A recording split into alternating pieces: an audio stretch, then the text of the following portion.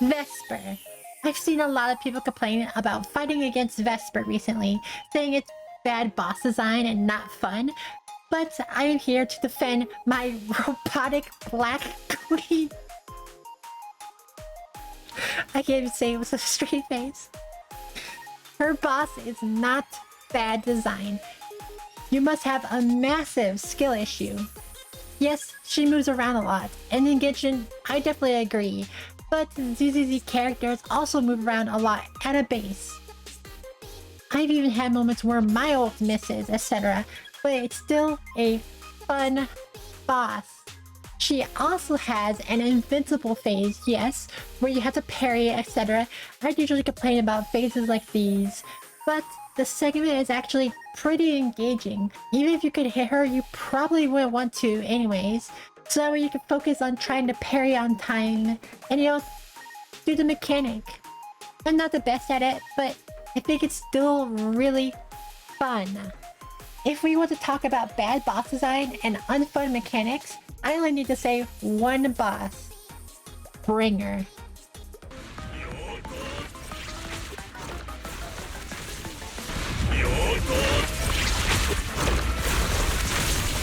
Fuck you.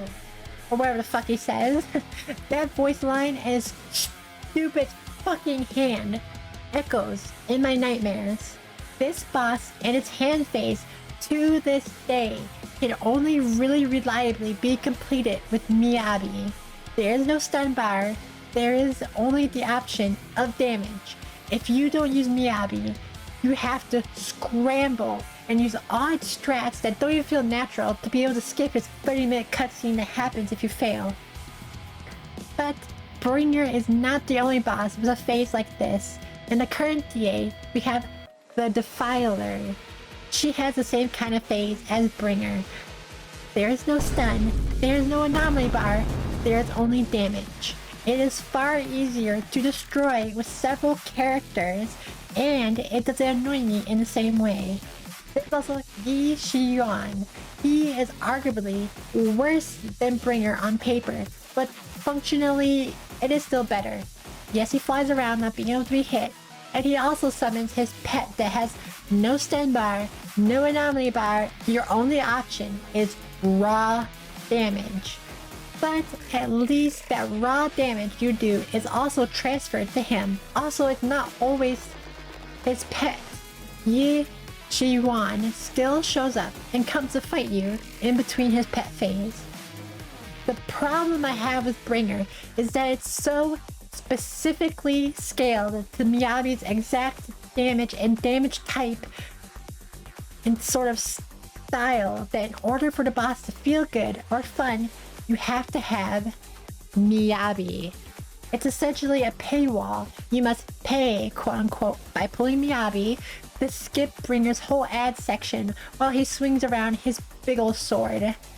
I might even go as far to say it's disingenuous to call it bad boss design because it is so well crafted for Miyabi that it's actually the most perfectly designed boss. Of course, that's only if you have Miyabi, I guess. So yeah, that was my side tangent. People say Vesper is only for Aria when it's just not true.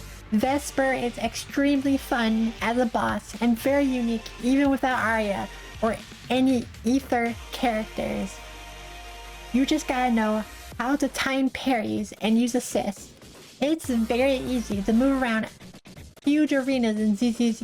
It's not like Genshin where running from one side of the abyss to the other feels like 10 years. And the abyss floor is way smaller than Deadly Assault's arenas.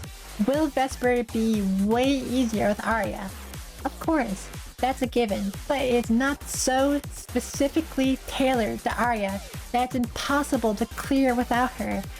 And slight spoiler, I won't say anything specifically, but the next boss to be added is actually an Aria shill boss. Soon, everyone complaining about Vesper will move on to that boss. But that boss is just generally an anomaly shill.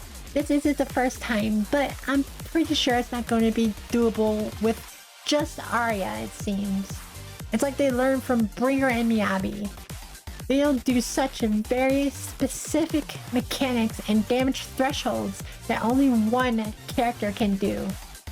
I actually think a lot of this could be coming from people who want to 3-star as an F2P.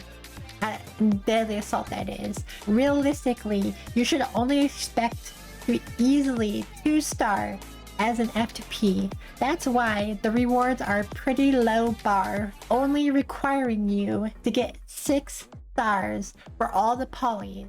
So we have this large group of F2Ps expecting to clear on the same level as light spenders. They're getting upset over not 3-starring. My response is just F2Ps need to lower their expectations. So before you complain about a boss being bad boss design, or only for one character, just remember Bringer. But I guess it is possible to happen again, but right now, it's just not the case. So yeah, that's about all I want to talk about for this video. Just a quick opinionated video.